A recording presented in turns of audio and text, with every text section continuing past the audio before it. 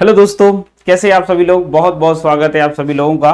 बेटा आज की जो हमारी क्लास है वो एमपीपीएससी प्री से संबंधित होने वाली है। आज से हम एक नई श्रृंखला की शुरुआत कर रहे हैं। यहाँ पर हम यूनिट नंबर 3 ज्योग्राफी एमपीपीएससी के लिए महत्वपूर्ण जो प्रश्न हैं उनसे संबंधित जो हमारे परीक्षा में जो 2026 की 26 अप्रैल को परीक्षा होने वाली है उसमें जो प्रश्न आने वाले हैं उनके महत्वपूर्ण प्रश्न आप कह सकते हो उनकी डिस्कशन करने वाले हैं। तो यहाँ पर हम एमसीक्यू को सॉल्व करने वाले। तो ये एमसीक्यू की बहुत बड़ी श्रृंखला है। इसमें पूरी तीसरी यूनिट आपको कंप्लीट कराई जाएगी। एक एक टॉपिक को लेकर आपको ये क्लास रहने वाली है। एक एक टॉपिक इसमें कवर किया जाएगा। तो आप यहाँ पर हमारे ऑल एग्जाम प्लेस से जुड़े रहिए और साथ ही साथ ये पूरी की पूरी जो सीरीज है वो यूट्यूब पर ही आपको कराई जाएगी, यूट्यूब पर लाइव कराई जाएगी। तो यूनिट नंबर 3 के महत्वपूर्ण प्रश्नों की जो श्रृंखला है इसमें आपको प्रीवियस ईयर के साथ साथ और अन्य एमसीक्यू जो महत्वपूर्ण हो सकते हैं परीक्षा की दृष्टि से ये सारे के सारे सॉल्व कराए जाएंगे। तो यहाँ पर हम ये पूरी श्रृंखला शुरू करने वाले हैं। आप सब लोगों के लिए एक नया, एक प्रकार से आप कह सकते हो कि एक नया कार्यक्रम हमने शुरू किया है जिसमें हम एमपीपीएससी के विगत वर्षों में पूछे गए और साथ ही साथ महत्वपूर्ण जो एमसीक्यू हैं उनको आज इस क्लास से लेकर फिर हम लगभग पूरी यूनिट को कवर करते हुए इस श्रृंखला आगे बढ़ाएंगे।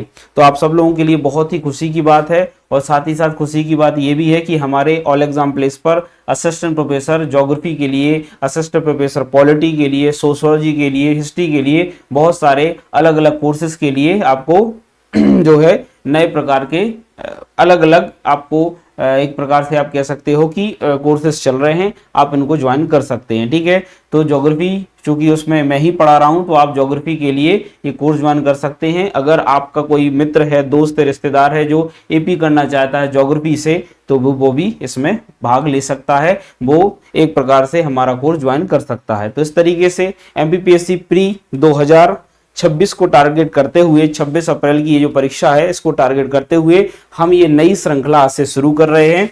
थोड़ा सा स्टार्टिंग में जो मैं बातें बता रहा हूं उसको ध्यान से सुन लो, क्योंकि अब हम जो श्रृंखला शुरू करेंगे यहाँ पर महत्वपूर्ण प्रश्नों की ये जो श्रृंखला है ये आपके लिए बहुत ही काम आने वाली है। ठीक है, तो आज की इस क्लास से ये आगाज होने जा रहा है। आप सब लोगों के लिए बहुत ही हर्ष का विषय है। ठीक है, अब ऑल एग्जाम प्लेस एमपीपीएससी में महत्वपूर्ण प्रश्नों की ये श्रृंखला शुरू करेगा।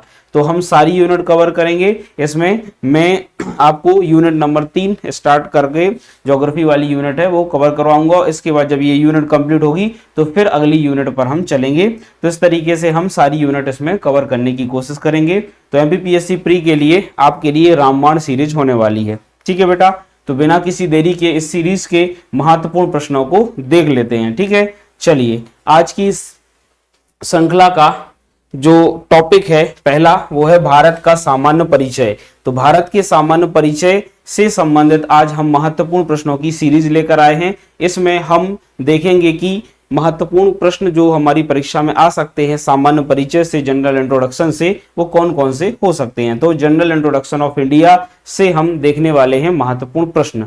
तो पहला प्रश्न ये रहा आपकी स्क्रीन पर। पहला प्रश्न क्या है? पहला प्रश्न कहता है कि भारत में कुल कितने तटीय राज्य और केंद्र शासित प्रदेश हैं। ठीक है, तो भारत के तटीय राज्य और केंद्र शासित प्रदेश आपको बताना है। तो भारत में अगर आप देखोगे तो तटीय राज्य कितने हैं बेटा? तो भारत में 9 तटीय राज्य कौन कौन से? गुजरात है ना, महाराष्ट्र है, ठीक है, इसके अलावा अगर देखें गोवा, कर्नाटक, तमिलनाडु, ठीक है, इसके अलावा केरल, इसके अलावा उड़ीसा, आंध्र प्रदेश और अगर बात करें पश्चिम बंगाल। तो टोटल कितने राज्य बेटा? 9 यहाँ पर राज्य हैं, तटीय राज्य हैं और साथ ही साथ 4 क्या है बेटा? केंद्र शासित प्रदेश हैं। तो इस तरीके से अगर आप देखोगे तो इसका सही आंसर क्या हो जाएगा बेटा? इसका सही आंसर हो जाएगा बी। तो B is the right answer. ठीक है, 4 कौन कौन से केंद्र शासित प्रदेश हैं? तो दमन एवं दीव हो जाता है, पुदुचेरी हो जाता है, इसके अलावा अगर आप देखोगे तो अंडमान निकोबार और लक्षद्वीप हो जाते हैं। तो 4 केंद्र शासित प्रदेश और 9 राज्य यहाँ पर इसका सही आंसर हो जाता है। अगला देख लेते हैं क्वेश्चन बेटा। तो आपको भी प्रश्न में पार्टिसिपेट करना है, आंसर बताने हैं और आंसर बताने के साथ साथ आपको मैं जो एक्सप्लेनेशन दे रहा हूं उसको ध्यान से सुनना है। जरूरत पड़े तो नोट्स भी बना सकते हैं। ठीक है, तो इसमें आपको आंसर देना है। चलिए दूसरा क्वेश्चन है, इसका आंसर बताइए आप लोग। दूसरा प्रश्न कहता है कि उत्तर से दक्षिण भारत की लंबाई कितनी है? बताइए उत्तर से दक्षिण भारत की लंबाई कितनी है, ये इसका आंसर आपको देना है। बताइए आप सब लोग। तो उत्तर से दक्षिण भारत की लंबाई कितनी है? तो अगर हम उत्तर से दक्षिण भारत की लंबाई देखें तो ये कितनी है बेटा? ये है 2933 किलोमीटर। अगर भारत को देखें तो उत्तर से दक्षिण में भारत की लंबाई सॉरी, उत्तर से दक्षिण में भारत की लंबाई 3200 किलोमीटर है। 5200 इसमें 3214 हाँ लिखा है, ठीक है। तो इसका आंसर उत्तर से दक्षिण, ठीक है। उत्तर से दक्षिण भारत की लंबाई कितनी है बेटा? 3214 किलोमीटर, ठीक है। और पूर्व से पश्चिम में अगर आप देखो, पूर्व से पश्चिम में कितनी है? तो पूर्व से पश्चिम में 2900 किलोमीटर है, ठीक है। तो वेस्ट और ईस्ट, और ये हो जाएगा नॉर्थ और वेस्ट, ठीक है। तो उत्तर से दक्षिण में लंबाई पूछी है कितनी है बेटा? 3214 किलोमीटर इसकी लंबाई है। तो आंसर क्या आ जाएगा इसका? सही डी आ जाएगा। और ईस्ट से वेस्ट कितनी है बेटा? अगर बात करें 2900 किलोमीटर है, ठीक है। चलिए इसका आंसर, ये सरल था प्रश्न। अब अगला प्रश्न देख लेते हैं बेटा। बताइए इसका आंसर, भारत का सबसे निचला बिंदु किस राज्य केंद्र शासित प्रदेश में पाया जाता है? सबसे लोएस्ट निचला बिंदु किस राज्य और केंद्र शासित प्रदेश में पाया जाता है? तो सबसे निचला बिंदु केरल में, तमिलनाडु में, अंडमान और निकोबार द्वीप में और लक्षद्वीप में। तो इसका सही आंसर क्या होगा? बताइए इसका सही आंसर क्या होगा? तो भारत का सबसे निम्नतम बिंदु या किस राज्य में है? तो भारत का सबसे निचला बिंदु कहां पर है? तो आपको पता है केरल में है। कहां पर है? ये दक्षिणी बिंदु या लोएस्ट पॉइंट पूछ रहे हैं, तो ये हमारा केप कमोरेन। कौन सा है बेटा?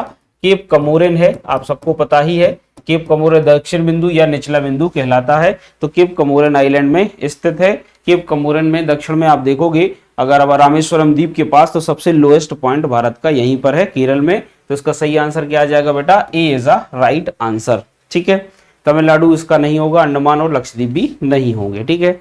तो 3 का आंसर क्या हो जाएगा? ए हो जाएगा, ठीक है। चलो फोर्थ क्वेश्चन पर आ जाइए। पढ़िए प्रश्न क्या है। प्रश्न कहता है, पढ़िए आप लोग प्रश्न। प्रश्न कहता है कि भारत का सबसे बड़ा नदी द्वीप किस नदी पर स्थित है? भारत का सबसे बड़ा नदी द्वीप किस नदी पर स्थित है? बहुत ही अच्छा प्रश्न है और ये आपने पहले भी पढ़ा है, मैंने कई बार अपनी क्लासेस में इसको पढ़ाया हुआ है। गोदावरी, गंगा, नर्मदा और ब्रह्मपुत्र। तो आप सबको पता है इसका आंसर। जल्दी से इसका आंसर दे दीजिए, कौन सा आएगा आंसर इसका, ठीक है। तो आप सबको पता ही है इसका आंसर। तो इसका सही आंसर है बेटा कौन सा? ब्रह्मपुत्र, ठीक है। तो ब्रह्मपुत्र इज राइट आंसर। क्यों? ब्रह्मपुत्र असम में एक द्वीप बनाती है, जिसका नाम क्या है बेटा? माजुली, ठीक है। कौन सा है? माजुली। और ये अगर आप देखोगे, ये विश्व का सबसे बड़ा द्वीप है, ठीक है। विश्व का सबसे बड़ा नदी द्वीप है, विश्व का सबसे बड़ा नदी द्वीप है ना। असम सरकार ने 2011 को इसको द्वीपीय जिला घोषित किया था। क्या कहलाता? द्वीपीय जिला घोषित किया था, ठीक है। तो असम सरकार ने इसको द्वीपीय जिला घोषित किया 2011 में। विश्व का सबसे बड़ा नदी द्वीप है माजुली, जो कौन बनाता है? ब्रह्मपुत्र नदी बनाती है असम में, ठीक है। चलिए तो ये हो जाता हमारा फोर्थ का आंसर डी। अगला क्वेश्चन पढ़िए आप, क्या लिखा हुआ है। पुदुचेरी किस राज्य में नहीं फैला हुआ है? पुडुचेरी जो है किस राज्य में नहीं फैला हुआ है? 5वां क्वेश्चन है। तमिलनाडु, आंध्र प्रदेश, हैदराबाद और केरल, ठीक है। बताइए पुदुचेरी किस राज्य में नहीं फैला हुआ है ना। अगर आप पुदुचेरी को देखें तो पुदुचेरी 3 राज्यों में फैला हुआ है। इसमें तीनों राज्यों के नाम हैं, एक राज्य इसमें शामिल नहीं है, ठीक है। तो आप यहाँ पर राज्यवार देख सकते हो, ठीक है। तो यहाँ पर तमिलनाडु में फैला हुआ है, आंध्र प्रदेश में फैला हुआ है, केरल में फैला हुआ है, लेकिन हैदराबाद कोई राज्य नहीं है। तो यहाँ पर आंसर सही क्या आ जाएगा बेटा? हैदराबाद। तेलंगाना की राजधानी हैदराबाद है, तो उसका सही आंसर क्या आएगा बेटा? हैदराबाद में नहीं फैला हुआ है। ये एक प्रकार से तटीय क्षेत्र में फैला हुआ है। तमिलनाडु में पुदुचेरी का भाग आता है, आंध्र प्रदेश में आता है और केरल में आता है, ठीक है। तो इसका सही आंसर क्या हो जाएगा? 5 का सही आंसर सॉरी सी हो जाएगा, ठीक है। तो ये हो जाता हमारा 5वां। अब बहुत ही इंटरेस्टिंग क्वेश्चन आने वाला है। रेड क्लिफ रेखा किन देशों के बीच स्थित है? बहुत ही अच्छा प्रश्न है, आप लोगों ने कई बार पढ़ा होगा। बताइए रेड क्लिफ रेखा जो है किन देशों के बीच में स्थित है? भारत और पाकिस्तान, भारत और नेपाल, भारत और बांग्लादेश और भारत और अफगानिस्तान। बताइए रेड क्लिफ रेखा किन 2 देशों के मध्य स्थित है, ठीक है। तो आप सब लोगों को इसका आंसर बताना है। बताइए इसका सही आंसर क्या होगा।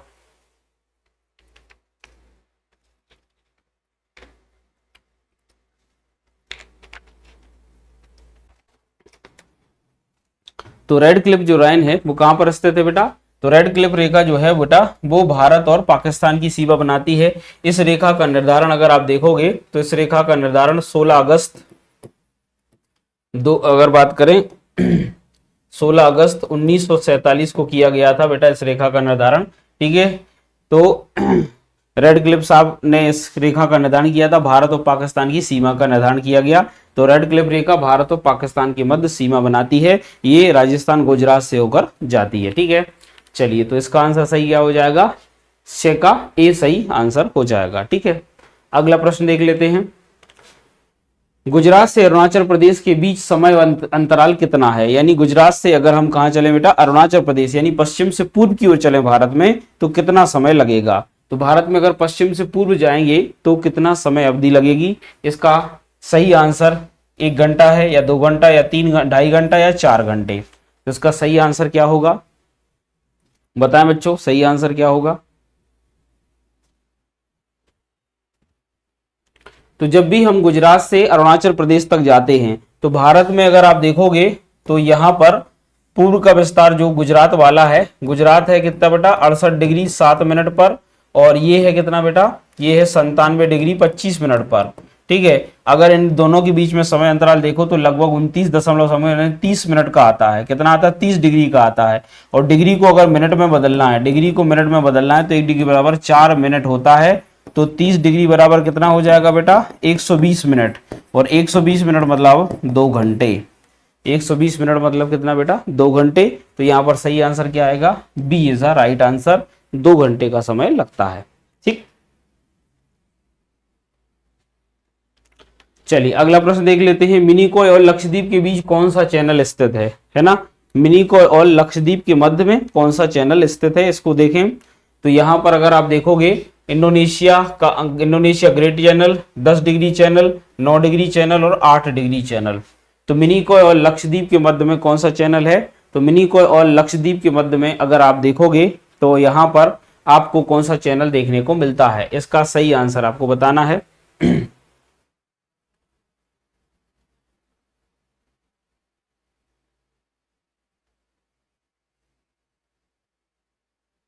बताइए इसका सही आंसर क्या है? तो इसका आंसर सही है बेटा क्या, 9 degree channel. 9 degree channel is the right answer, जो मिनिकॉय को लक्षद्वीप से अलग करता है, ये 9 डिग्री चैनल है। मिनिकॉय और मालदीव के मध्य में 8 डिग्री चैनल है, मिनिकॉय और लक्षद्वीप के मध्य में 9 डिग्री चैनल है। इसके अलावा मिनिकॉय और कावरत्ती के बीच में 11 डिग्री चैनल आता है। ठीक है, 10 डिग्री चैनल जो है वो अगर बात करें हम दक्षिणी अंडमान को कार निकोबार से अलग करता है, यानी अंडमान को निकोबार से अलग करता है। और ये जो इंडोनेशियन ग्रेट चैनल है, ये इंडोनेशिया के सुमात्रा से अगर बात करें भारत के ग्रेट निकोबार को अलग करता है। ठीक है, तो ये सारे चैनल भी आपको अच्छे से पता होना चाहिए। ठीक है, अगला देख लेते हैं। 9वां क्वेश्चन है, भारत का मानक मेरिडियन किस शहर से होकर गुजरता है? ठीक है, भारत का मानक मेरिडियन किस शहर से होकर गुजरता है? माना भारत की जो इंडियन स्टैंडर्ड लाइन है, आईएसटी जिसको बोलते हैं, आईएसटी कहां से गुजरती है आपको ये बताना है। भोपाल से गुजर रही है, विशाखापट्टनम से, मिर्जापुर से या भुवनेश्वर से? तो इसका सही आंसर क्या है? बहुत ही सिंपल प्रश्न है, कई बार पूछा गया है सामान्य परिचय में। तो इसका सही आंसर क्या आएगा बेटा, मिर्जापुर। भारत की जो आईएसटी रेखा है ये मिर्जापुर में अगर आप देखोगे एक जगह है जिसको कहते हैं अमरावती चौराहा, अमरावती स्क्वायर, अमरावती चौराहे से गुजरती है। ठीक है, और कौन सी रेखा को हम आईएसटी कहते हैं? 82.5 डिग्री पूर्वी देशांतर रेखा को ही हम क्या कहते हैं बेटा, हमारी इंडियन स्टैंडर्ड टाइमलाइन है जिससे भारत का समय निर्धारित होता है। ये ग्रीनविच रेखा से 5.5 घंटे आगे है। ठीक है, आईएसटी का निर्धारण, जो आईएसटी जो है 82.5 डिग्री निर्धारित करती है रेखा, और यह रेखा उत्तर प्रदेश के मिर्जापुर में स्थित अमरावती स्क्वायर से गुजरती है। ठीक है, तो इसका आंसर सही क्या हो जाएगा, मिर्जापुर। ठीक है, अब इसके बाद अगला देख लेते हैं बेटा। अगला क्या है, 10वां प्रश्न देख लेते हैं। 10वां प्रश्न कहता है, दादरा और नगर हवेली का विलय किससे हुआ है ना? तो दादरा और नगर हवेली का विलय किससे हुआ है, तो या किस में हुआ है ऐसा कह सकते हैं। तो दादरा और नगर हवेली का विलय क्या दमन और दीप में हुआ है, क्या लक्षद्वीप में हुआ है, क्या अंडमान में हुआ है, या इनमें से कोई नहीं? तो बताइए इसका सही आंसर क्या है। भारत में हमें पता है कि पहले अगर देखेंगे हम तो 9 केंद्र शासित प्रदेश हुआ करते थे। फिर उसमें से दादरा और नगर हवेली का विलय करके 8 केंद्र शासित प्रदेश वर्तमान में बचे हुए हैं। तो बताइए किसमें हुआ है, इसका सही आंसर क्या है?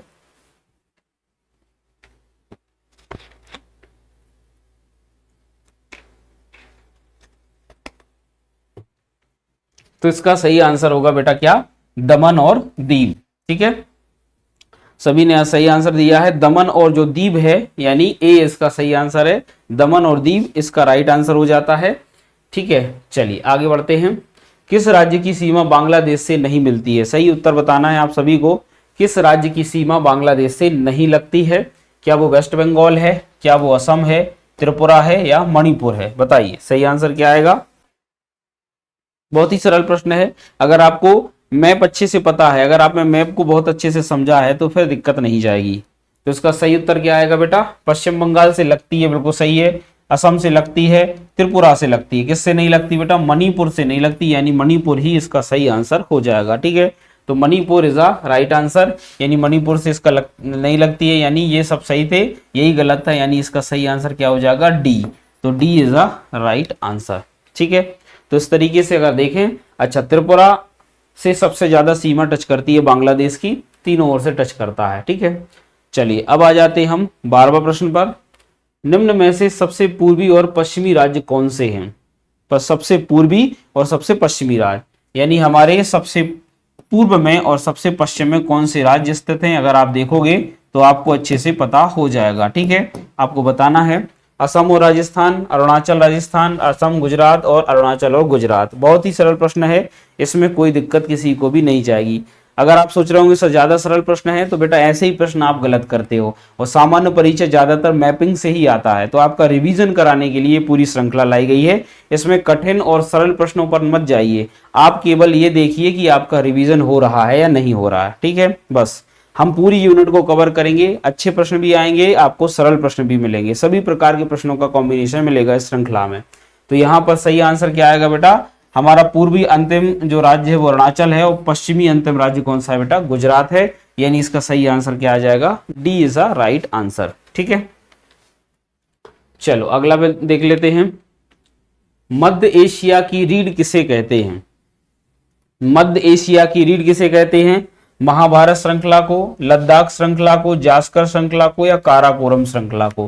किसे मध्य एशिया की रीढ़ कहते हैं? Which is the considered the backbone of central Asia? ठीक है, तो व्हाट बोलना चाहिए, what is the considered the backbone of central Asia? तो किसे हम मध्य एशिया की या कह सकते हैं उच्च एशिया की रीढ़ कहते हैं, इसको उच्च एशिया भी बोलते हैं, तो उच्च एशिया की रीढ़ कहते हैं। बताइए इनमें से चारों में से सही आंसर कौन सा है?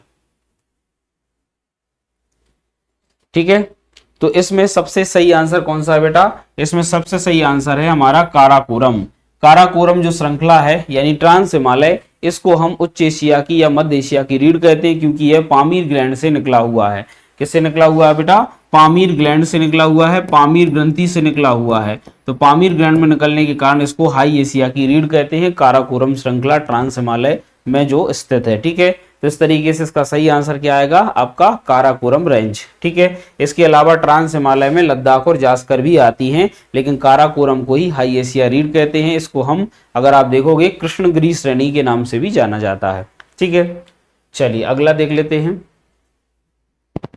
भारतीय रेलवे का विश्व में कौन सा स्थान है? भारतीय रेलवे का विश्व में कौन सा स्थान है, ये प्रश्न हमसे पूछा जा रहा है। भारतीय रेलवे का विश्व में कौन सा स्थान है? ठीक है, तो 14वें प्रश्न का आपको सही आंसर बताना है, भारतीय रेलवे का विश्व में कौन सा स्थान है।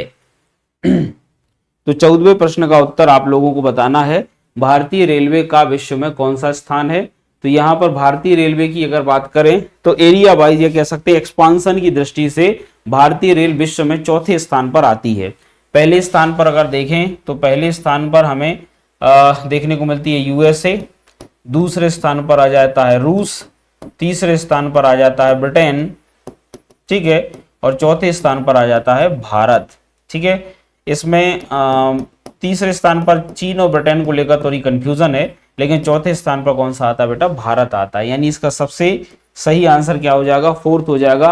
भारतीय रेलवे विश्व में चौथी बड़ी रेल नेटवर्क है, इसको हम कह सकते हैं। चलो 15वां प्रश्न देख लेते हैं। 15वां प्रश्न देखिएगा। 15वां प्रश्न है, भारत का मानक मेरिडियन कितने राज्यों से होकर गुजरता है? ये भी अच्छा क्वेश्चन है। फिर से आईएसटी वाला प्रश्न आ गया। भारत की आईएसटी रेखा कितने राज्यों से होकर जाती है? ये सब लोगों को पता होना चाहिए। 5 राज्यों से, 4 राज्यों से, 3 राज्यों से या 2 राज्यों से, कितने राज्यों से होकर आईएसटी गुजरती है? तो इसका सही आंसर सबको देना है। सभी लोग आंसर दे रहे हैं। तो भारत का जो मानक मेरिडियन रेखा है, आईएसटी है, 82.5 है। ठीक है, ये कहां से गुजरती है बेटा? अमरावती स्क्वायर से। ये 5 राज्यों से होकर जाती है। कितने राज्यों से बेटा? 5 राज्यों से होकर जाती है। कौन कौन से इसमें आते हैं राज्य? तो इसमें यूपी आता है, इसमें एमपी आता है, इसमें सीजी आता है, इसमें उड़ीसा आता है, इसमें आंध्र प्रदेश आता है।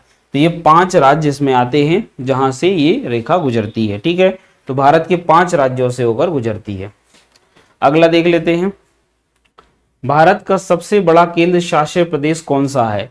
अब इसमें सबसे बड़ा केंद्र शासित प्रदेश हमसे पूछा जा रहा है, क्या पुदुचेरी है, चंडीगढ़ है, लक्षद्वीप है या लद्दाख है? बताइए, ये सबसे बड़ा केंद्र शासित प्रदेश एरिया वाइज कह रहे हैं।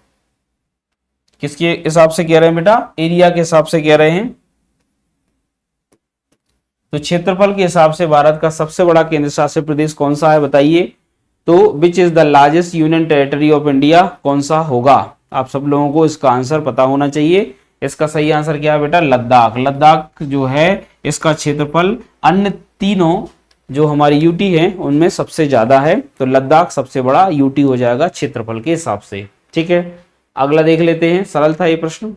भारत में कितने राज्य और केंद्र शासित प्रदेश चीन के साथ सीमा साझा करते हैं? कितने राज्य और केंद्र शासित प्रदेश चीन के साथ सीमा साझा करते हैं? 5, 3, 4 या 2? तो कितने राज्य केंद्र शासित प्रदेश चीन के साथ सीमा साझा करते हैं, ये आपको बताना है। ठीक है, तो बताइए 17वें प्रश्न का सही आंसर क्या आएगा? ठीक है, तो आपको बताना है 17वें प्रश्न का सही आंसर क्या है।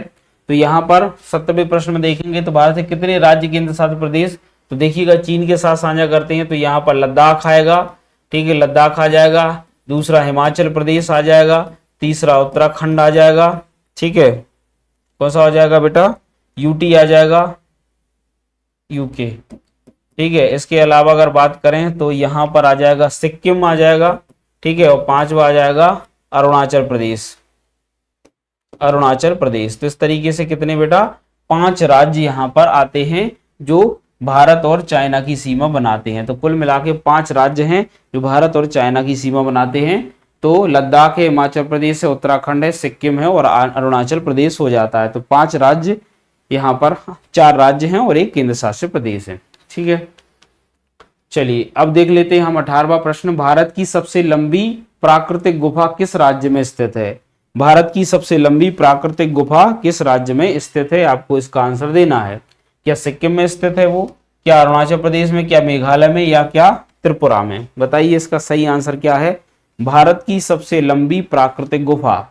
तो इसका आंसर आई थिंक आप लोगों पर नहीं बनेगा। बहुत कम लोग ऐसे होंगे जिनको इसका सही उत्तर पता होगा। ठीक है, बताइए इसका सही आंसर क्या होगा।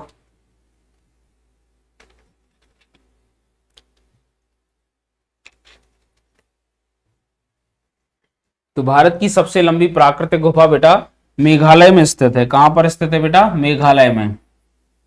भारत की सबसे लंबी प्राकृतिक गुफा मेघालय में स्थित है। ठीक है, और इसका आंसर सबसे लंबी गुफा मेघालय के अंतर्गत आती है। ये मेघालय में बॉर्डर के अंतर्गत आने वाली एक प्राकृतिक गुफा है जो कि हमारे, अगर आप देखोगे ये लुशाई पहाड़ी, पटकुई, ये लुशाई पहाड़ी के अंतर्गत आती है मेघालय में। कौन सी पहाड़ी बेटा? लुशाई पहाड़ी। तो लुशाई पहाड़ी में स्थित है ये गुफा, बहुत लंबी गुफा है। ठीक है, चलो इसको अपन मीजो पहाड़ी या लुशाई पहाड़ी भी कहते हैं। चलिए अगला देख लेते हैं। लक्षद्वीप समूह किससे बना है? लक्षद्वीप का जो निर्माण हुआ है किस प्रकार के तत्वों से या किस प्रकार के, अगर बात करें, चीजों से हुआ है? बैरियर रीफ है ये, इंद्रधनुषी चट्टाने हैं, मूंगे की चट्टाने हैं या तब्बा ताहा जो है तुब्बा ताहा चट्टाने हैं? बताइए किस तरीके की चट्टानों से मिलकर बना है लक्षद्वीप। मैं कई बार जब पढ़ाता हूं लक्षद्वीप के बारे में तो हमेशा इस बात का जिक्र करता हूं कि लक्षद्वीप में अधिकांश जो चट्टाने हैं या अधिकांश लक्षद्वीप के द्वीप हैं वो मूंगा से निर्मित हुए हैं। किससे निर्मित हुए हैं? मूंगा से। यानी इसका सही आंसर क्या हो जाएगा बेटा? मूंगा, यानी कोरल रीफ से निर्मित हुए हैं। बहुत सारे मूंगा लक्षद्वीप सागर में पाए जाते हैं। इन्होंने ही लक्षद्वीप के अधिकांश द्वीपों का निर्माण किया है। तो इसका सही आंसर क्या हो जाएगा? मूंगे की या कोरल की चट्टाने या कोरल की जो भित्तियां होती हैं इससे निर्मित हुए हैं लक्षद्वीप के अधिकांश द्वीप। ठीक है, तो ये हो जाता सही आंसर। अब अगला देख लेते हैं, लक्षद्वीप में कुल कितने द्वीप हैं? लक्षद्वीप से ही दूसरा प्रश्न है, लक्षद्वीप में कुल कितने द्वीप हैं? लक्षद्वीप में द्वीपों की संख्या कितनी है बताइए। तो लक्षद्वीप में कुल कितने द्वीप हैं, इसका आंसर हमसे पूछा जा रहा है। ये भी शायद आप लोगों ने पहले पढ़ा होगा। तो लक्षद्वीप में कुल कितने द्वीप हैं, इसका आंसर बहुत ही रटा हुआ है, सबको पता होगा कि 36 द्वीप है हमारे लक्षद्वीप के अंतर्गत, जिसमें से 11 ऐसे द्वीप हैं जिन पे मानव का अधिवास है। ठीक है, 11 द्वीपों पर क्या है बेटा? मानव रहते हैं, मानव अधिवास है, मानव अधिवास है। लक्षद्वीप की राजधानी कावरत्ती है और लक्षद्वीप का जो अगर आप देखोगे हवाई अड्डा है वो अगाती द्वीप में स्थित है। ठीक है, इसके अधिकांश द्वीप कोरल से निर्मित हुए हैं। ठीक है, तो ये हो जाता है लक्षद्वीप के बारे में। 20वां प्रश्न आगे देख लेते हैं, गुरु शिखर चोटी किस पर्वत श्रेणी में स्थित है? बताइए, गुरु शिखर चोटी किस पर्वत श्रेणी में स्थित है? बहुत ही अच्छा प्रश्न है। गुरु शिखर चोटी किस पर्वत श्रेणी का भाग है? सतपुड़ा का, विंध्य का, अरावली का या पश्चिमी घाट का? बताइए।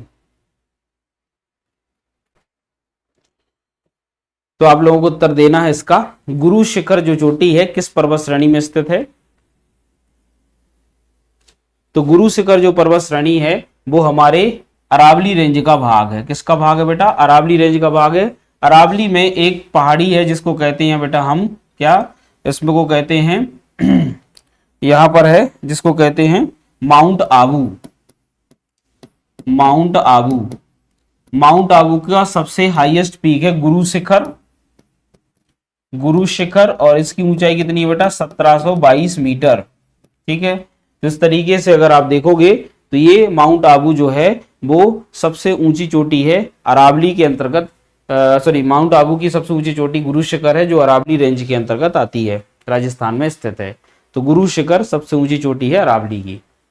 अगला है, मालाबार तटीय मैदान की लंबाई मंगलोर से कन्याकुमारी तक कितनी है? बताइए। अगर आप मालाबार तट को देखें तो ये मंगलोर से लेकर कन्याकुमारी तक फैला हुआ है। इसकी लंबाई कितनी है? 500, 400, 300 और 200। इसकी सही लंबाई कितनी है बताना है। तो मालाबार तट की एक्चुअल लंबाई कितनी है? अगर यहां देखें तो ऑन एन एवरेज यहां पर दिया गया है, आपको बताना है इनमें से सही उत्तर क्या है।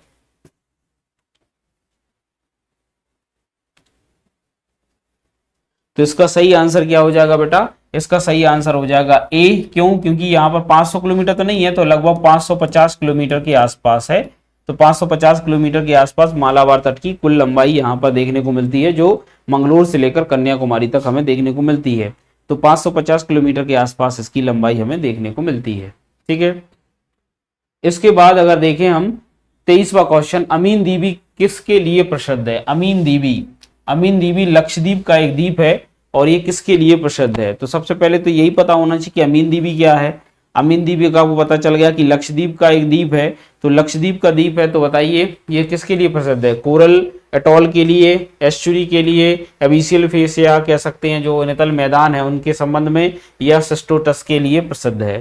तो इसका सही आंसर क्या आएगा बताइए। 23 का सही आंसर क्या आएगा?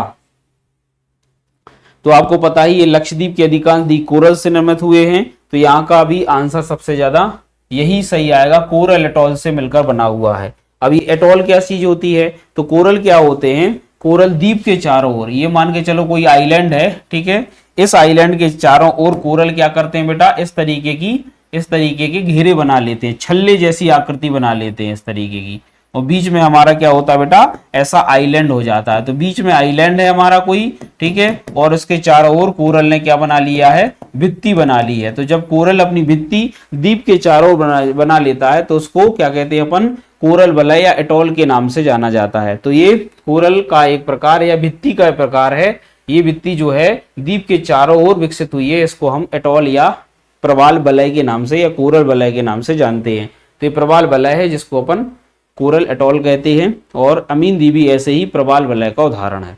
ठीक है, चलिए अगला देख लेते हैं।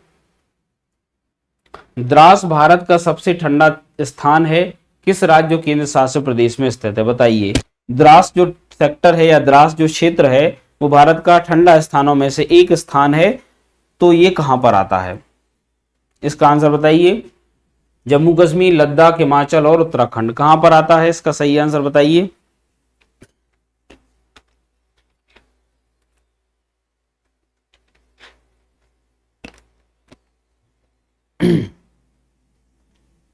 तो द्रास जो है भारत का सबसे ठंडा जो इलाका है, ये आता है बेटा कहां पर? लद्दाख में आता है। लद्दाख में अगर आप देखोगे तो ये द्रास सेक्टर लद्दाख में स्थित है, और द्रास एक नदी भी बहती है, यहाँ पर एक नदी भी बहती है जिसका नाम ही क्या है बेटा? द्रास। ठीक है, जो कि किसकी सहायक नदी है? सिंधु की सहायक नदी है। ये सिंधु में अगर आप देखोगे दाईं ओर से मिलती है, तो सिंधु में दाईं ओर से मिलने वाली नदी है, द्रास नदी है, और द्रास जो है वो लद्दाख के अंतर्गत आने वाला सबसे ठंडा क्षेत्र है। ठीक है, चलिए तो उसका सही आंसर है लद्दाख।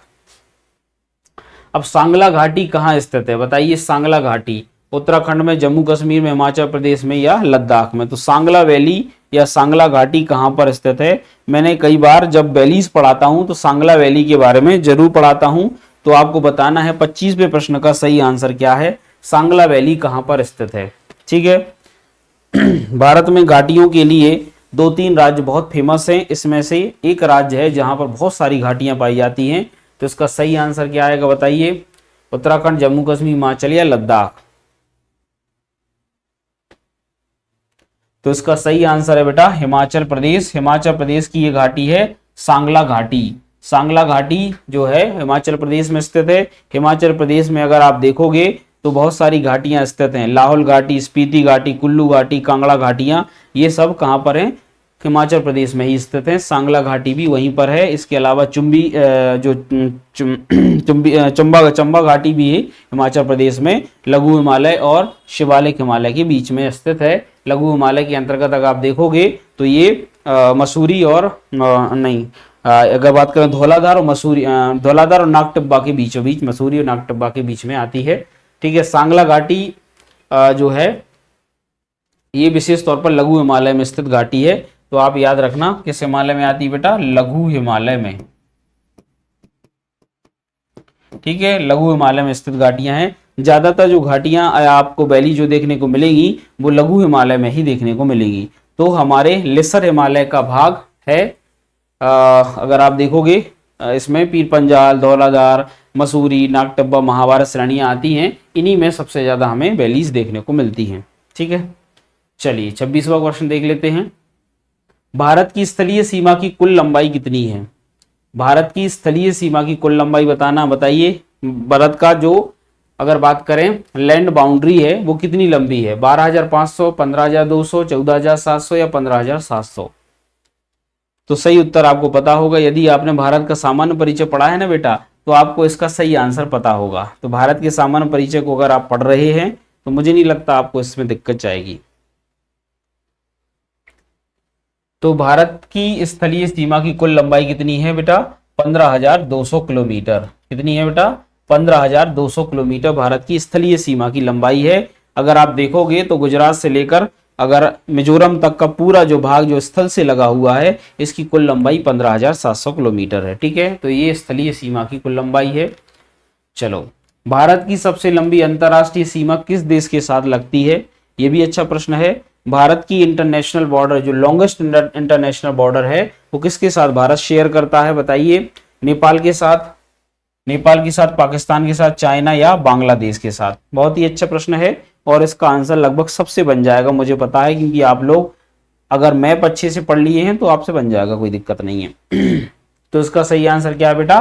बांग्लादेश। भारत की जो सीमा की लंबाई है सबसे ज्यादा शेयर करता है बांग्लादेश के साथ, लगभग 4400 किलोमीटर के आसपास की ये बाउंड्री शेयर करता है। ठीक है, तो इस तरीके से अगर आप देखोगे तो भारत और बांग्लादेश सबसे लंबी बॉर्डर शेयर करते हैं, तो इसका सबसे सही आंसर क्या आ जाएगा? बांग्लादेश। ठीक है, कौन सा राज्य भूटान के साथ सीमा साझा नहीं करता? भूटान के साथ याद रखना, क्या सिक्किम नहीं करता, क्या मेघालय नहीं करता, अरुणाचल प्रदेश या वेस्ट बंगाल? तो इनमें से बताना है कि कौन सा राज्य भूटान के साथ सीमा साझा नहीं करता है। ठीक है, ये 28 का क्वेश्चन का आंसर आपको देना है। 28 का सही आंसर क्या आएगा? ठीक है, बताइए कौन सा राज्य है? अगर आप अच्छे से पड़ोसी राज्यों को समझते हैं तो इसका आंसर बहुत ही आसानी से बता सकते हो। ये देखिए आप बेटा, सिक्किम बिल्कुल करता है, ठीक है, मेघालय नहीं करता, अरुणाचल प्रदेश पड़ोसी है और पश्चिम बंगाल भी इसका पड़ोसी है, यानी इसका सही आंसर क्या आएगा? इसका सही आंसर आएगा बेटा Meghalaya. Meghalaya is the right answer. Meghalaya जो है वही है इसका सही उत्तर, जो सीमा साझा नहीं करता है भूटान के साथ। भूटान अगर आप देखोगे पूर्व की ओर नेपाल से लगता है, उत्तर की ओर चाइना से लगता है, दक्षिण में सिक्किम से लगता है और दक्षिण पूर्व की ओर ये हमारे अरुणाचल प्रदेश और पश्चिम बंगाल से लगता है। ठीक है, तो इस तरीके से भूटान जो है मेघालय से नहीं लगता। फिर है सरक्रीक विवाद किन दो देशों के बीच में है? सरक्रीक जो विवाद है वो किन दो देशों के मध्य है? ये अच्छा प्रश्न है, बताइए। सरक्रीक जो विवाद है किन दो देशों के मध्य है? भारत पाकिस्तान, अफगानिस्तान पाकिस्तान, भारत चीन और भारत बांग्लादेश। बताइए किन दो देशों के मध्य है सरक्रीक विवाद?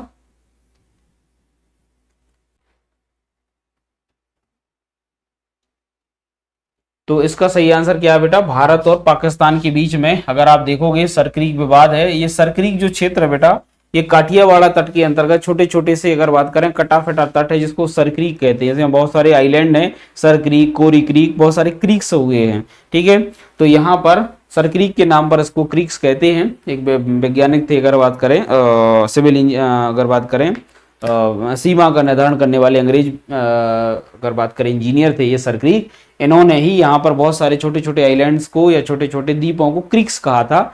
अब सरक्रीक जो विवाद है वो भारत और पाकिस्तान की सीमा के बीच में है। यहीं पर अगर आप देखोगे तो यहाँ बेरूवाड़ी मामला भी बहुत ज्यादा फेमस रहा है। ठीक है, तो भारत और पाकिस्तान के बीच में काठियावाड़ तट को लेकर ये सरक्रीक विवाद चला है, लंबा चला है। ठीक है, अब एक आप लोगों के लिए जानकारी है, ज्योग्राफी भूगोल के लिए 2000 अगर बात करें 2025 के लिए असिस्टेंट प्रोफेसर या फिर नेट की परीक्षा को अगर आपको क्या करना है बेटा? क्रैक करना है। नेट की परीक्षा में आपको बैठना है और वो निकालनी है। ठीक है, सेट तो एग्जाम हो चुका है, नेट अगर निकालना है या फिर असिस्टेंट प्रोफेसर को अगर आपको क्रैक करना है तो आप हमारे ऑल एग्जाम प्लेस के ये बहुत अच्छा जो ऑफर चल रहा है इसका लाभ ले सकते हैं। इस ऑफर में आपको और एक एडिशनल ऑफर चलाया जा रहा है। एडिशनल ऑफर ये है कि अभी शनिवार तक, मतलब अगर देखोगे आप तो लगभग आज का दिन है, ठीक है, कल का दिन और परसों का दिन, ठीक है, शनिवार तक, यानी गुरुवार शुक्रवार शनिवार, तो आज से लेकर शनिवार तक ये ऑफर आपके लिए 2000 रुपए में यहाँ पर चलाया जा रहा है। मात्र 2000 रुपए इसकी फीस है। ठीक है, जो 2999 है कम करके ये 2000 रुपए है। तो 2000 रुपए में आप भूगोल ज्योग्राफी का असिस्टेंट प्रोफेसर का क्या ले सकते हैं बेटा? ये बैच ज्वाइन कर सकते हो। यहाँ पर आपको नेट की तैयारी और असिस्टेंट प्रोफेसर दोनों की तैयारी मिलेंगी। यहाँ पर रिकॉर्डेड लेक्चर मिलेंगे और साथ ही साथ आपको डाउट सेशन भी मिलेगा। तो आप बिल्कुल भी देरी ना करें। यदि आपको लगता है आप खुद तैयारी कर रहे हैं या कोई आपका दोस्त रिश्तेदार कर रहा है तो उसको जरूर रिकमेंड करें। ये कोर्स वो ज्वाइन करेगा, उसको बहुत लाभ मिलेगा। तो जो भी आपके परिचित हों उनको आप रिकमेंड कर सकते हैं। चलिए अगले प्रश्न पर आ जाते हैं। अगला प्रश्न है, भारत का सबसे छोटा केंद्र शासित प्रदेश कौन सा है? बताइए, भारत का सबसे छोटा केंद्र शासित प्रदेश कौन सा है?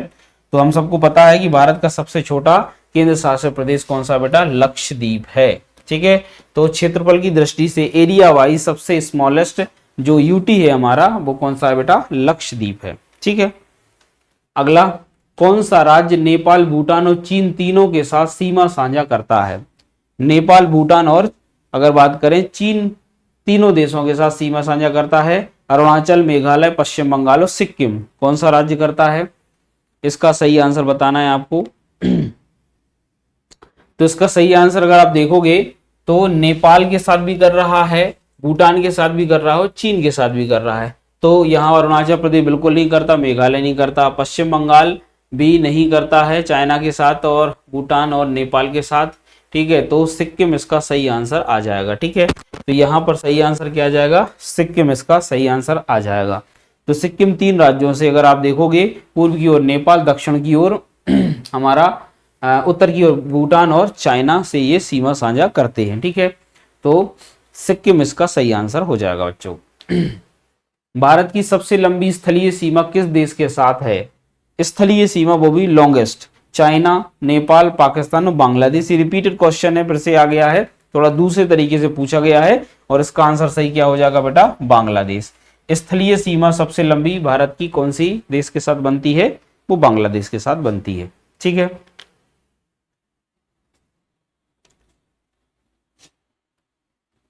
तो यहां पर अगर आप देखोगे तो 32 जो हमारा क्वेश्चन है इसका सही आंसर बांग्लादेश आएगा। ठीक है, अब भारत पाकिस्तान सीमा किस प्रकार की सीमा है बताइए? भारत पाकिस्तान की सीमा किस प्रकार की है? क्या अध्यारोपित है, क्या पूर्ववर्ती सीमा है, या अपशिष्ट सीमा है, या परवर्ती सीमा है? सीमाओं के प्रकार हैं, कई प्रकार की सीमा होती है। अध्यारोपित सीमा होती है, पूर्ववर्ती सीमाएं होती है। अध्यारोपित सीमा मतलब एक सीमा के ऊपर दूसरे का अध्यारोपण हो जाता है जब, है ना, पुराना मतलब पूर्ववर्ती ना होकर नई सीमा होती पर अध्यारोपित होती हैं। अवशिष्ट सीमा बची हुई सीमा होती है, पुरानी जब सीमाएं जो है शेष बच जाती हैं, या कहें हम एक प्रकार से प्राचीन समय जिन सीमाओं के बारे में अगर बात करें, प्राचीन समय में प्रचलन था, आज उनका बहुत ही अपशिष्ट रूप बचा, वो अपशिष्ट सीमा है। परवर्ती सीमा जो होती है वो समय के साथ बदल जाती है, पूर्ववर्ती सीमा पुरानी सीमा कहलाती हैं। ठीक है, जिनका विकास के बाद इनमें बदलाव नहीं हुए हैं। भारत और पाकिस्तान की जो सीमा है बेटा वो एक अध्यारोपित सीमा का उदाहरण है। कैसी है बेटा? अध्यारोपित है। इसमें सांस्कृतिक विकास और राजनीतिक विकास के साथ साथ इस सीमा का विकास हो गया है। ठीक है, एक मिनट बेटा।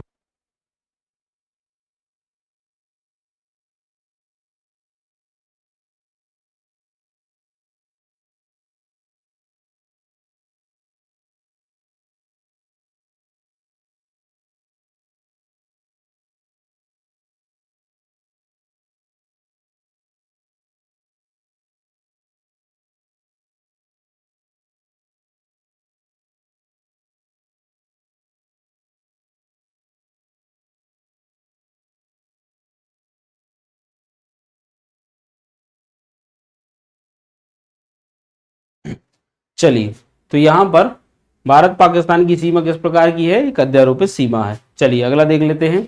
अंतरराष्ट्रीय सीमाओं की लंबाई का आरोही क्रम क्या है? इंटरनेशनल बॉर्डर का हमें कौन सा असेंडिंग ऑर्डर बताना है, आरोही क्रम बताना है। ठीक है, तो बढ़ता हुआ क्रम बताओ भैया इसका। यहां पर पहला ऑप्शन है चीन, बांग्लादेश, पाकिस्तान, नेपाल। दूसरा नेपाल, पाकिस्तान, चीन, बांग्लादेश। फिर नेपाल, पाकिस्तान, बांग्लादेश, चीन, और पाकिस्तान, नेपाल, चीन, बांग्लादेश। तो यहाँ पर सबसे बड़ी सीमा किसकी है और सबसे छोटी सीमा किसकी है ये आपको बताना है। तो यहाँ पर अगर आपने देखा होगा तो ये प्रश्न आपसे बन जाएगा, सबसे लंबी सीमा किसकी है बेटा? बांग्लादेश की। ठीक है, तो बांग्लादेश की सीमा जो है सबसे ज्यादा लंबी है। तो यहाँ पर फर्स्ट पर बांग्लादेश आ जाएगा, दूसरे पर चीन आ जाएगा, है ना, चाइना आ जाएगा। ठीक है, ये सेकंड पर आ जाएगा, तीसरे पर आ जाएगा पाकिस्तान, और अगर बात करें चौथे पर आ जाएगा बेटा क्या? फोर्थ पर आ जाएगा नेपाल। ठीक है, तो नेपाल फोर्थ पर, आप देख लीजिए यहाँ पर। तो फर्स्ट सबसे आरोही क्रम बताना, बढ़ता हुआ क्रम। तो सबसे लंबी सीमा अगर देखें आरोही क्रम में तो यहाँ पर थोड़ा सा डिस्टर्ब है, यहाँ पर बेटा बांग्लादेश दूसरे पर दे दिया है। तो यहाँ पर बांग्लादेश आना चाहिए, फिर चीन, फिर पाकिस्तान, फिर नेपाल। यही ए आंसर ही सही होगा, लेकिन थोड़ा सा डिस्टर्ब है यहाँ पर। तो यहाँ पर बेटा पहले पर आएगा बांग्लादेश। ठीक है, बांग्लादेश आ जाएगा, है ना, इसके बाद आ जाएगा चीन, इसके बाद आ जाएगा पाकिस्तान, इसके बाद आ जाएगा बेटा नेपाल, है ना। तो ये थोड़ा सा ऑप्शन इसमें गलत दिया है, आएगा इसका आंसर ए। ठीक है, चलो चलिए इसके बाद हम देख लेते आरोही क्रम ही पूछा हुआ है, बढ़ता क्रम पूछा हुआ है। एक मिनट, बढ़ता क्रम पूछा है ना इसका, तो हाँ बढ़ता क्रम तो सही है आंसर। एक सेकंड, आरोही अवरोही नहीं पूछा, आरोही पूछा है। तो नेपाल, पाकिस्तान, चीन, बांग्लादेश, हाँ बी आंसर इसका सही है बिल्कुल। ठीक है, अपन अवरोही देख रहे लगे थे। ठीक है, चलिए 34वें प्रश्न का आंसर क्या आएगा? बी आएगा। ठीक है, चलो अब नेक्स्ट है बेटा, मैकमोहन रेखा किस देश को अलग करती है? बताइए, मैकमोहन रेखा किन दो देशों के बीच में है, किसको अलग कर रही है? तो बहुत ही सरल है ये प्रश्न, इसका आंसर आप सब देख सकते हैं, जल्दी से बता दें। तो मैकमोहन रेखा किस किस के बीच है बेटा? भारत और चाइना के बीच में ये रेखा है। ठीक है, भारत और चाइना के बीच में ये रेखा है। ठीक है, भारत और चाइना के बीच में शिमला समझौता हुआ। कौन सा समझौता हुआ बेटा? शिमला समझौता। और शिमला समझौता जब हुआ तो इस रेखा का निर्धारण हुआ और ये रेखा का निर्धारण 1914 में हुआ था। तो 1914 के शिमला समझौते के बाद भारत और चीन के मध्य में मैकमोहन रेखा खींची गई। ये रेखा जो है अगर आप देखोगे पहले जम्मू कश्मीर हुआ करता था, जम्मू कश्मीर के नीचे अगर आप देखोगे तो ये रेखा जाती है कहाँ कहाँ से बेटा, तो ये कुछ भाग इसका हिमाचल प्रदेश, कुछ भाग उत्तराखंड और कुछ भाग इसका कहाँ से जाता है, अरुणाचल प्रदेश से जाता है। तो हिमाचल प्रदेश, उत्तराखंड और अरुणाचल प्रदेश विशेष तौर पर मैकमोहन रेखा यहाँ से खींची गई है। इसमें जम्मू कश्मीर या लद्दाख वाला जो वर्तमान में भाग है, जो अक्साई चीन वाला इलाका है, वो इसमें शामिल नहीं है। तो अक्साई चीन वाले इलाके को छोड़ दें तो इसमें हिमाचल प्रदेश, ठीक है, उत्तराखंड और अरुणाचल प्रदेश, इन तीनों राज्यों से ये रेखा जाती है जिसको अपन मैकमोहन रेखा कहते हैं। ठीक है, भारत का कौन सा राज्य सबसे अधिक राज्यों को छूता है, बताइए कौन सा राज्य सबसे अधिक स्टेट को छूता है? मध्य प्रदेश, कर्नाटक, आंध्र प्रदेश और उत्तर प्रदेश। ठीक है, तो इसका आंसर तो आप लोग लगा सकते हैं। ठीक है, बताइए आप किस राज्य में रहते हैं। ठीक है, तो इसका सही आंसर तो आप लोग लगा सकते हैं। क्या मध्य प्रदेश है या क्या उत्तर प्रदेश है, क्या आंध्र प्रदेश है या कर्नाटक है? ठीक है, तो इसका सही आंसर क्या आएगा? तो इसका सही आंसर अगर आप देखोगे तो सबसे ज्यादा राज्यों को छूने वाला राज्य कौन सा है? उत्तर प्रदेश, क्योंकि इसका क्षेत्रफल की दृष्टि से देखें तो ये भले ही मध्य प्रदेश और राजस्थान से छोटा है, लेकिन अगर आप देखोगे तो ये सबसे ज्यादा स्टेट को स्पर्श करता है। अगर आप देखोगे उत्तराखंड, पंजाब, दिल्ली, यूटी मान लें अगर हम, मध्य प्रदेश, ठीक है, राजस्थान, इसके अलावा अगर देखें हम तो बिहार के अलावा छत्तीसगढ़, झारखंड, ठीक है, तो ऐसे कई राज्यों को ये छूता है। लगभग अगर आप देखोगे तो यहाँ पर उत्तराखंड, ठीक है, उत्तराखंड के अलावा अगर देखें हरियाणा, पंजाब को नहीं छूता, हरियाणा, दिल्ली, ठीक है, यूटी में अगर देखें, इसके अलावा एमपी, राजस्थान, ठीक है, इसके अलावा बिहार के बाद छत्तीसगढ़ और बेटा क्या, झारखंड। ठीक है, तो देखिए कितने सारे राज्यों को छूता है, यानी ये इसका सही आंसर हो जाएगा। मध्य प्रदेश में देखें तो मध्य प्रदेश में तो हमारे उत्तर में, दक्षिण, पूर्व, पश्चिम में 5-6 राज्य ही आते हैं, तो ज्यादा राज्य है नहीं। ठीक है, तो यहाँ पर सबसे ज्यादा राज्यों को छूने वाला कौन सा स्टेट हो जाएगा? यूपी हो जाएगा। बीएसएफ किन सीमाओं की रक्षा करता है? इसका नाम ही है बॉर्डर सिक्योरिटी फोर्स। तो बीएसएफ किसको करता है? भारत नेपाल की सीमा को, भारत भूटान की, भारत बांग्लादेश की और भारत चीन की। बताइए बीएसएफ किस रीजन में जो है सीमाओं का क्या करता है बेटा? अगर बात करें हम तो सिक्योरिटी देता है बीएसएफ। किन राज्यों की रक्षा करता है, किन सीमाओं की रक्षा करता है? तो बीएसएफ हमारे यहाँ पाकिस्तान और बांग्लादेश में स्थल पर काम करने वाला क्या है? एक बॉर्डर सिक्योरिटी फोर्स है। पाकिस्तान और बांग्लादेश की सीमाओं में इसकी तैनाती की जाती है। ठीक है, तो बीएसएफ फोर्स पाकिस्तान और बांग्लादेश में कार्यरत है।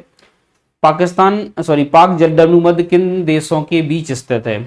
जो पाक स्ट्रेट है वो किन दो देशों के मध्य स्थित है? तो पाक स्ट्रेट जो है, पाक जलदमु मध्य, ये बेटा भारत और श्रीलंका के बीच में स्थित है। ठीक है, भारत और श्रीलंका के बीच में हमें पाक जलदमु मध्य है, जो कि पाक की खाड़ी को मन्नार की खाड़ी से अलग करता है। ठीक है, चलिए अगला है 39वां क्वेश्चन। सिक्किम से गुजरने वाला अक्षांश और किन राज्यों से गुजरता है? सिक्किम से गुजरने वाला अक्षांश और किन राज्यों से गुजरता है? तो राजस्थान से, पंजाब से, हिमाचल प्रदेश से और जम्मू कश्मीर से। बताइए जो अक्षांश रेखा सिक्किम से गुजरती है वही अक्षांश रेखा और किस राज्य से होकर गुजरेगी? तो 39 का आपको आंसर बताना है। ठीक है, तो 39 का आंसर क्या हो जाएगा? जल्दी से 39 का आंसर आप बता दीजिए क्या होगा।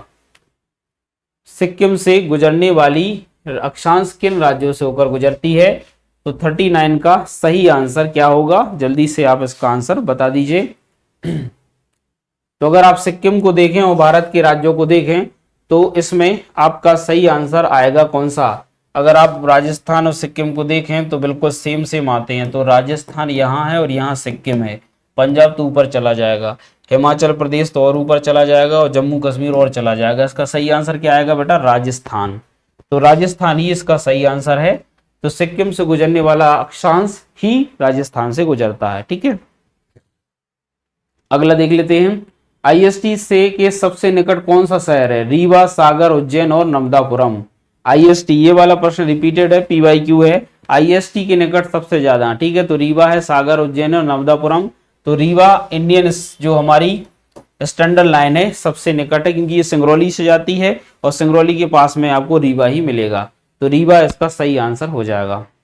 भारत में सबसे लंबी तटरेखा किस राज्य की है, बताइए। भारत में सबसे लंबी तटरेखा किस राज्य की है, बहुत ही अच्छा प्रश्न है।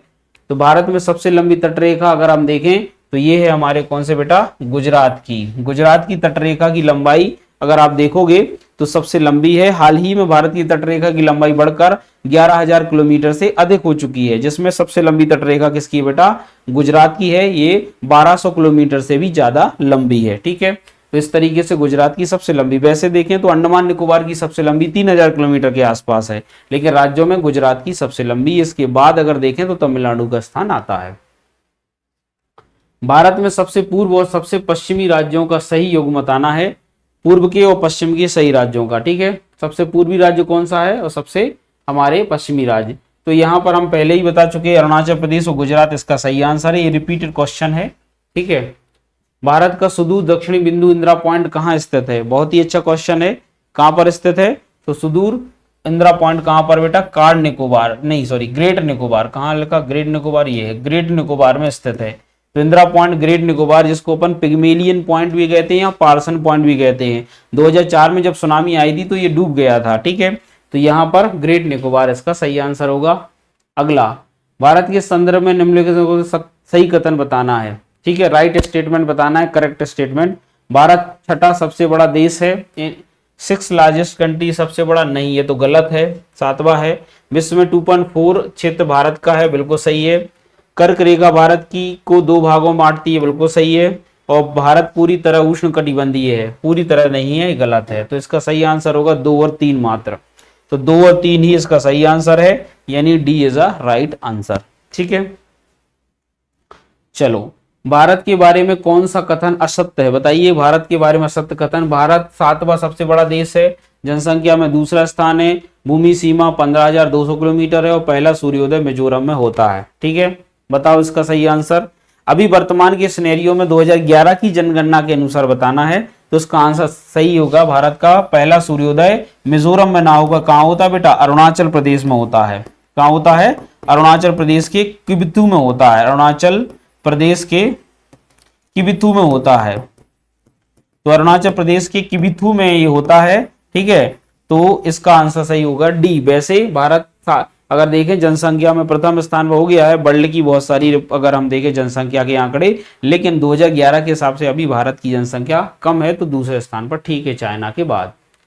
निम्न में से कौन सा युग्म सही नहीं है, क्षेत्रफल 3.2 मिलियन वर्ग किलोमीटर है भारत का, अक्षांश 8 डिग्री 4 मिनट से 37 डिग्री 6 डिग्री नॉर्थ लैटिट्यूड है, देशांतर 68-97 है और राज्यों की संख्या 26 है। अब इसमें से आंसर आप लगा ही लोगे, सही आंसर क्या आएगा। भारत में राज्यों की संख्या कितनी है बेटा, तो भारत में 28 राज्य हैं, यहाँ पर 26 दिए हैं, तो डी आंसर ही इसका क्या हो जाएगा, सही हो जाएगा। सरल था।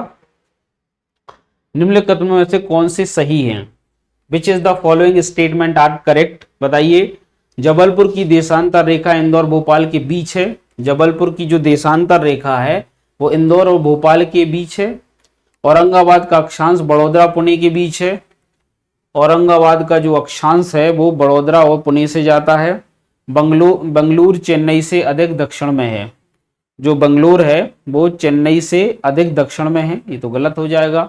सही कथन बता रहे, तो बंगलुरु चेन्नई से अधिक दक्षिण में है, ये गलत हो जाएगा, चेन्नई ज्यादा दक्षिण में है ना। जबलपुर की देशांतर रेखा इंदौर और भोपाल के बीच है, इंदौर और भोपाल, ये भी गलत हो रहा है। औरंगाबाद का अक्षांश पुणे और बड़ोदरा के बीच है, तो इसका आंसर मुझे ओनली 2 लग रहा है, ठीक है। तो इसका आंसर क्या आएगा बेटा, ओनली 2 आएगा, ठीक है। जबलपुर की देशांतर जो जाएगी वो इंदौर भोपाल से नहीं जाती और बंगलोर के बाद दक्षिण में चेन्नई आएगा, तो ये answer only 2 is a right answer, ठीक है।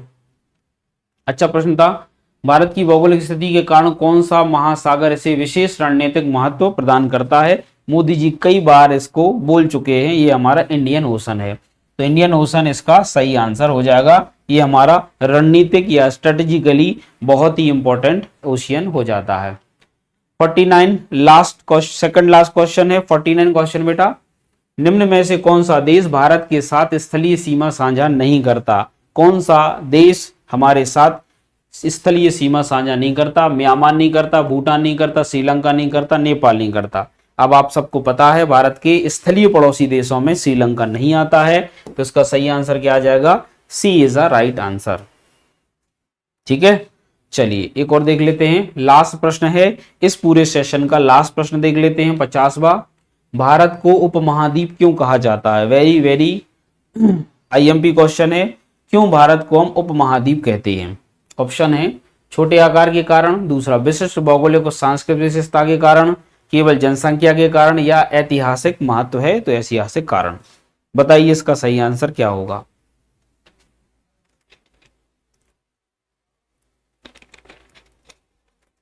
तो हम भारत को उपमहाद्वीप भारत की डाइवर्सिटी के कारण कहते हैं। भारत की डाइवर्सिटी के कारण, कल्चरल डाइवर्सिटी हो या नेचुरल डाइवर्सिटी हो या फिजिकल डाइवर्सिटी हो, इसके कारण भारत को हम क्या कहते हैं? उपमहाद्वीप कहते हैं। भारत में विविधता है, कल्चर डाइवर्सिटी है, फिजिकल फीचर्स हैं, बहुत सारी टोपोलॉजीज है, बहुत सारे अगर बात करें हमें लैंडफॉर्म देखने को मिलते हैं। इसलिए भारत एक विशिष्ट भौगोलिक स्थिति रखने के कारण उपमहाद्वीप कहलाता है, सब कॉन्टिनेंट कहलाता है। ठीक है, तो यहाँ पर आपके ये सारे प्रश्न कंप्लीट हो जाते हैं, 50 प्रश्न। आई होप आपको बहुत अच्छे से समझ में आए होंगे। 2026 की रणनीति अगर बनानी हो तो हमारे साथ बनाइए। प्री की ये सीरीज चल रही है, इसको जरूर यूट्यूब पर आप लोग इसको देखें जरूर, इससे आपको फायदा मिलेगा। और अगर असिस्टेंट प्रोफेसर की तैयारी करनी हो तो हमारे साथ जुड़िए, ऑल एग्जाम प्लेस के साथ जुड़िए। ये ऑफर आपके लिए मात्र 2000 रुपये में दिया जा रहा है। अगर आप 2000 रुपये में ये बैच ज्वाइन करते हैं तो आपको इसका असिस्टेंट प्रोफेसर में लाभ मिलेगा। तो बिल्कुल भी देरी मत कीजिए, हमारे साथ जुड़े रहिए। ऑल एग्जाम प्लेस के साथ आपको जुड़े रहना है। ठीक है, साथ ही साथ हमारे चैनल को सब्सक्राइब करिए और लाइक भी करिए इस सेशन को। थैंक यू वेरी मच बेटा। कैसा लगा आप सबको सेशन? जरूर अपने कमेंट शेयर करिएगा। बहुत बहुत धन्यवाद। नमस्कार।